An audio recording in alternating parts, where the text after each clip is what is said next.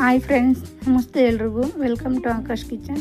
ನಾನಿವತ್ತು bachelor mutton pulao ಮಾಡ್ತಾಯಿದ್ದೀನಿ. ಹೇಗೆ ಮಾಡೋದು, ಏನೆಲ್ಲ ಇಂಗ್ರೀಡಿಯೆಂಟ್ಸ್ ಬೇಕು ಅಂತ ನೋಡೋಣ ಬನ್ನಿ.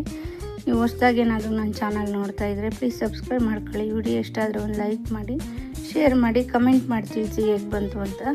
ಈಗ ಹೇಗೆ ಮಾಡೋದು, ಏನೆಲ್ಲ ಇಂಗ್ರೀಡಿಯೆಂಟ್ಸ್ ಬೇಕು ಅಂತ ನೋಡೋಣ ಬನ್ನಿ. ಅರ್ಧ kg ಮಟನ್ ತಗೊಂಡಿದ್ದೀನಿ. ನಾನು ಇಲ್ಲಿ ಕ್ಲೀನಾಗಿ ತೊಳೆದು ಇಟ್ಕೊಂಡಿದ್ದೀನಿ. ಅದಕ್ಕೆ 1 ಸ್ಪೂನಷ್ಟು ಖಾರದ ಪುಡಿ, 1 ಸ್ಪೂನು ಧನಿಯಾ ಪುಡಿ, ಒಂದು 3-4 ಸ್ಪೂನಷ್ಟು ಮೊಸರು, ಅರಶಿನ, ಒಂದು ಚಿಟಿಕೆ, ಶುಂಠಿ ಬೆಳ್ಳುಳ್ಳಿ ಪೇಸ್ಟು, ಲೆಮನ್ನು ಮತ್ತು ಉಪ್ಪು ಇಷ್ಟು ಸೇರಿಸಿ ಮಿಕ್ಸ್ ಮಾಡಿ ಇಟ್ಕೊತೀನಿ. ನೋಡಿ, ಉಪ್ಪು ಸೇರಿಸ್ಕೊತಿದ್ದೀನಿ. ಸೇರಿಸ್ಕೊಂಡು ಚೆನ್ನಾಗಿ ಮಿಕ್ಸ್ ಮಾಡ್ಕೊತೀನಿ. ಚೆನ್ನಾಗಿ ಮ್ಯಾರಿನೇಟ್ ಮಾಡ್ಕೊಂಡ್ರೆ ಸಾಫ್ಟಾಗಿ ಬೇಗ ಬೇಯುತ್ತೆ. ಮಟನು ಸಾಫ್ಟಾಗಿ ಕೂಡ ಇರುತ್ತೆ ತಿನ್ನಬೇಕಾದ್ರೆ. ಬ್ಯಾಚುಲರ್ಗಳಲ್ಲಿ ರುಬ್ಬಿ ಮಾಡಬೇಕು ಅನ್ನೋದೇನಿಲ್ಲ, ಬ್ಯಾಚುಲರ್ಗಳು ಈಸಿಯಾಗಿ ಮಾಡ್ಕೊಬೋದು. ಈಗ ನಾನೊಂದು ಕುಕ್ಕರ್ ಇಟ್ಕೊಂಡಿದ್ದೀನಿ. ಅದಕ್ಕೆ 1-2-3 ಸ್ಪೂನಷ್ಟು ತುಪ್ಪ ಸೇರಿಸ್ಕೊಂಡಿದ್ದೀನಿ. ಸ್ವಲ್ಪ ಎಣ್ಣೆ ಮತ್ತು ಸ್ಪೈಸಸ್ಸು, ಚಕ್ಕೆ, ಲವಂಗ, ಮರಾಠಿ ಮೊಗ್ಗು, ಅನಾನಸು ಇದೆಲ್ಲ ಸೇರಿಸ್ಕೊಂಡಿದ್ದೀನಿ. ಪಲಾವ್ ಎಲೆ ಸೇರಿಸ್ಕೊಂಡು ಫ್ರೈ ಮಾಡ್ಕೊತೀನಿ. ಈಗ ನೋಡಿ, ಮೆಂತ್ಯ ಸೊಪ್ಪು, ಸ್ವಲ್ಪ ಮೆಂತ್ಯ ಸೊಪ್ಪು ಸೇರಿಸ್ಕೊತಾ ಇದ್ದೀನಿ. ಇದನ್ನು ಅಷ್ಟೇ ಚೆನ್ನಾಗಿ ಫ್ರೈ ಮಾಡ್ಕೊತೀನಿ. ಮೆಂತ್ಯ ಸೊಪ್ಪು ಹಾಕೋದ್ರಿಂದ ಟೇಸ್ಟು ಸೂಪರಾಗಿರುತ್ತೆ.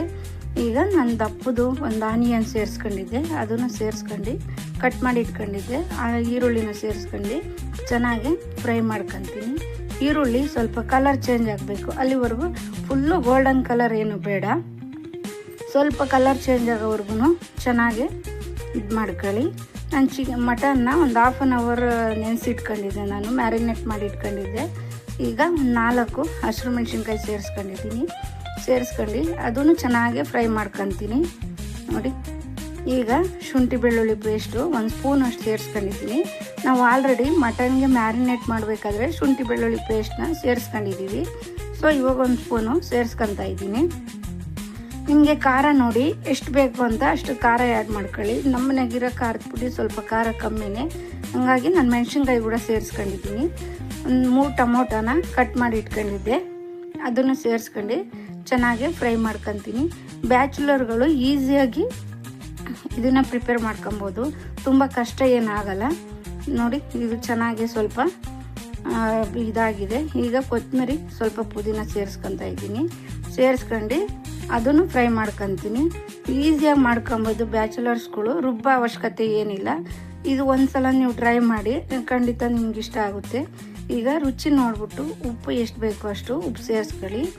ಈಗ ಉಪ್ಪು 1/4 ಟೇಬಲ್ ಸ್ಪೂನು, ಅರಿಶಿನ 1 ಸ್ಪೂನಷ್ಟು, ಖಾರದ ಪುಡಿ 1-2 ಸ್ಪೂನಷ್ಟು, ಗರಂ ಮಸಾಲ ಇಷ್ಟು ಸೇರಿಸ್ಕೊಂಡು ಚೆನ್ನಾಗಿ ಫ್ರೈ ಮಾಡ್ಕೊತೀನಿ. ನೋಡಿ, ಚೆನ್ನಾಗಿ ಫ್ರೈ ಆಗಿದೆ ಇದು. ಈಗ ಮೊಸರು ಸೇರಿಸ್ಕೊತಾ ಇದ್ದೀನಿ. 1-2 ಸ್ಪೂನಷ್ಟು ಮೊಸರು ಸೇರಿಸ್ಕೊಂಡು ಅದನ್ನು ಚೆನ್ನಾಗಿ ಫ್ರೈ ಮಾಡ್ಕೊತೀನಿ.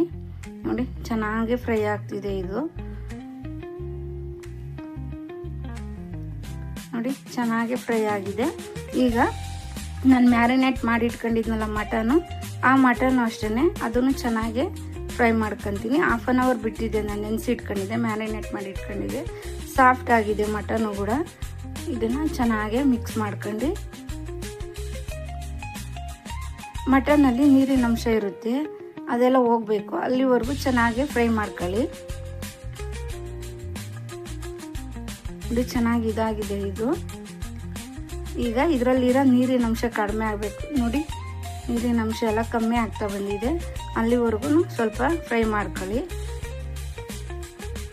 ಈಗ ನಾನು ಬಿಸಿನೀರ ಕಾಯಿಸಿ ಇಟ್ಕೊಂಡಿದ್ದೆ.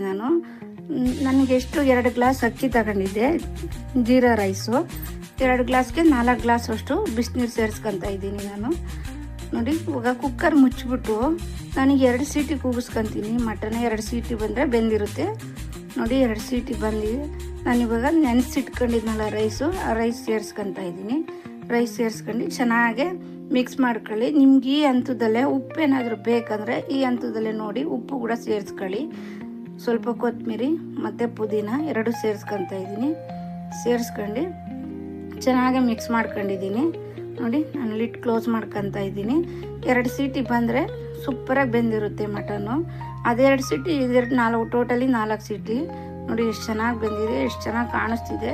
ತಿನ್ನಕ್ಕಂತೂ ಸೂಪರಾಗಿರುತ್ತೆ. ನೀವು ಒಂದ್ಸಲ ಟ್ರೈ ಮಾಡಿ, ನಿಮಗೆ ಖಂಡಿತ ಈ ವಿಡಿಯೋ ಇಷ್ಟ ಆಗುತ್ತೆ. ಬ್ಯಾಚುಲರ್ಸ್ಗಳು ಈಸಿಯಾಗಿ ಮಾಡ್ಕೊಬೋದು, ಕಷ್ಟಪಡೋ ಅಂಥ ಅವಶ್ಯಕತೆ ಏನು